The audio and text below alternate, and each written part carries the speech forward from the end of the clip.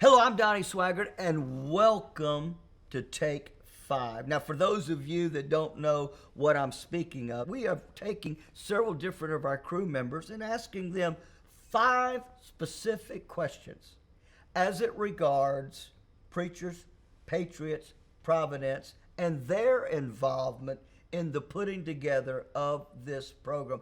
And this week, I'm so very happy to have our research assistant who does all of the research for the scripts, and that's Caleb Burr. Caleb, how are you today? Doing good. How long does it normally take you to research the information per episode? Well, it was a very organic process for us when we got started. We didn't really know how much time to allot to each episode, but as it kind of unrolled, we realized it was probably about 3 to 4 months per episode.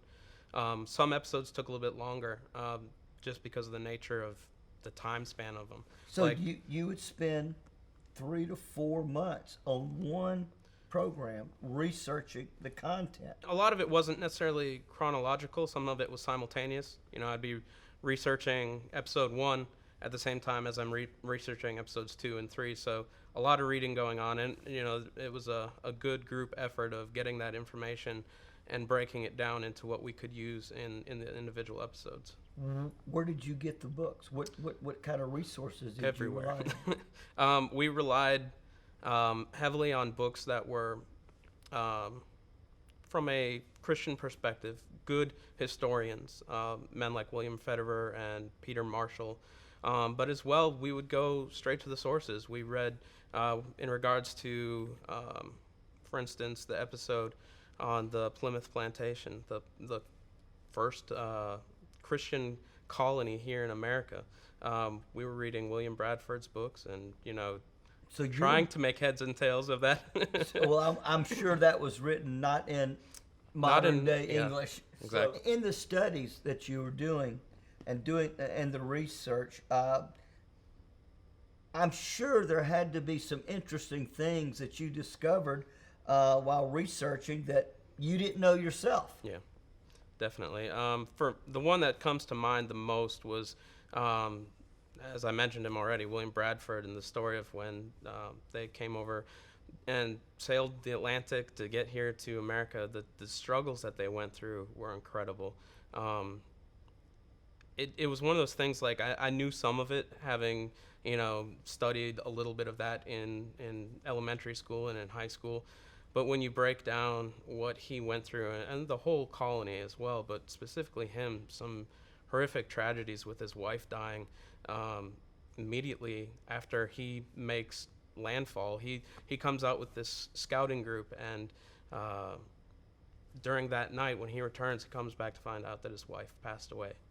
And Wow. It was, he had this moment where he just said, the Lord giveth and the Lord taketh away. We're going to keep pushing on. And that to me spoke volumes of the type of character that he had as a man, that he trusted the Lord so incredibly, that wasn't shaken by such a horrific event. Well, that really perfectly leads up to another question that I want to ask, and that is, discovering these things, has it changed your perspective of history as you thought you knew it, and now as you do know it from a greater degree? Yeah, I think anytime you actually see the truth of these events, you can't help but be changed in your perspective on things. The way that people are trying to kind of revise history today, they gloss over these things. And Did you see that? When you were researching and you were studying these things, living in a time of changing, literally men sitting down at tables and changing the truth into a lie, and you're studying that, you're getting that perspective, you're learning, did it really hit you how far we've strayed? Yeah. I think one of the key factors in that, beyond just the fabrication of it, is we live in a consumeristic society that they want to disseminate information in a second. You can't gloss over these men and women, their lives that are so incredibly profound, and the stuff they went through in just a 5-minute cursory reading on Wikipedia. But that's what modern society wants. They want it so quick that they can read it on their cell phone and be done with it. And these people had incredible stories, and there were some things, especially when you start to look online and you're looking at the information on there, that I really did see changing of historic events to push a certain agenda, push a certain narrative, and a lot of times it just historically wasn't true. How did that make you feel, though, being an American and knowing that the history of our country is literally being rewritten in a false manner?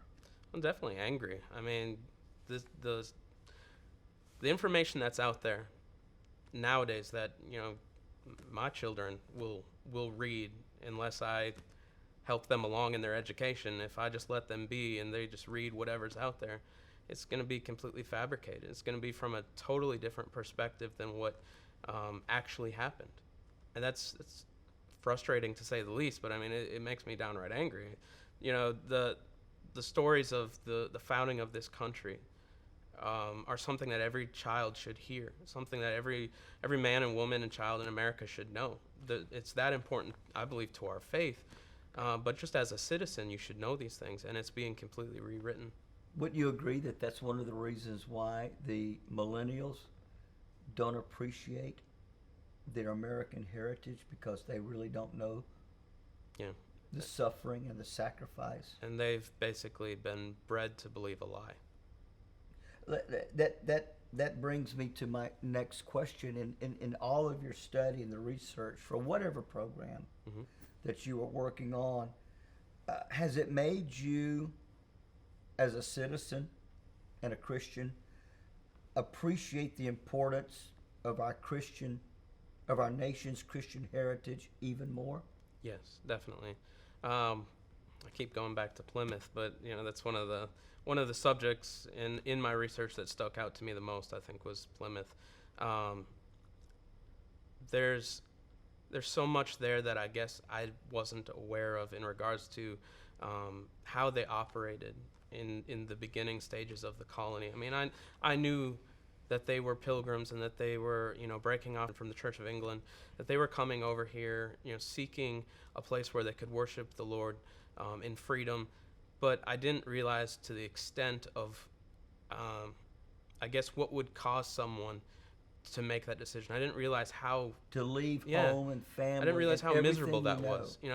The hardships they went through are stuff that I think we should all be aware of. But I mean, it was so much more of a struggle than I gave them credit. Or that I knew. Did you before you started the research? This is a question I gotta ask.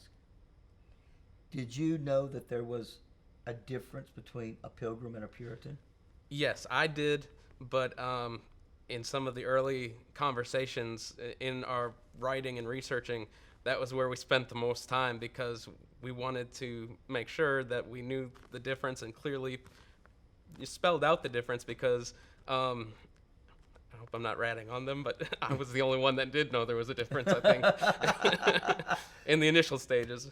I mean, look, they all come under the same umbrella. Right. They were originally Church of England. They wanted to reform in different ways. One wanted to purify, and one wanted to separate and start their own. What the biggest thing I think that I had in my head was, we've kind of painted this picture of what the Pilgrims are as these stuffy old white men in black outfits and the black hat, and that's the picture that is painted in modern history of what they are. And what I saw was men and women who loved the Lord with all their hearts, who were looking for a place to worship the Lord freely. They had mistakes like any other human being that has ever existed. They were human. But they loved the Lord passionately. And they were not these stuffy old people who, had no fun and they were real human beings. And their greatest joy was found in the Lord. As we close this segment, the people watching, what would you say to them about what is the most important thing about the program Preachers, Patriots, and Providence? I believe that the reason for this series, and ultimately the reason why anyone should be interested in the foundations of our country, it boils down to, if you are unaware or you are ignorant of what's going or what happened in the past, you will be completely ignorant of what's going on now and what's to come in the future. It's the old saying that if you don't know the past, you can't really know the future. And you can't cherish the present. You can't cherish the present. You got to know where you came from, your roots.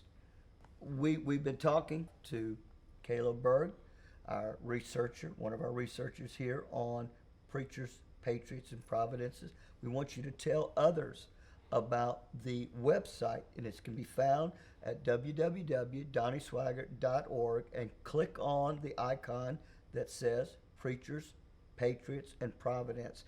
And the purpose of all of this is to give you more information than what you're going to find in the program that we're just not able to put together. And we want you to subscribe, and we will keep you up to date when we have new information that we've added to Preachers, Patriots, and Providence on the website. This is Donnie Swaggart thanking you for being with us for this segment, and thanking Caleb Berg for his time.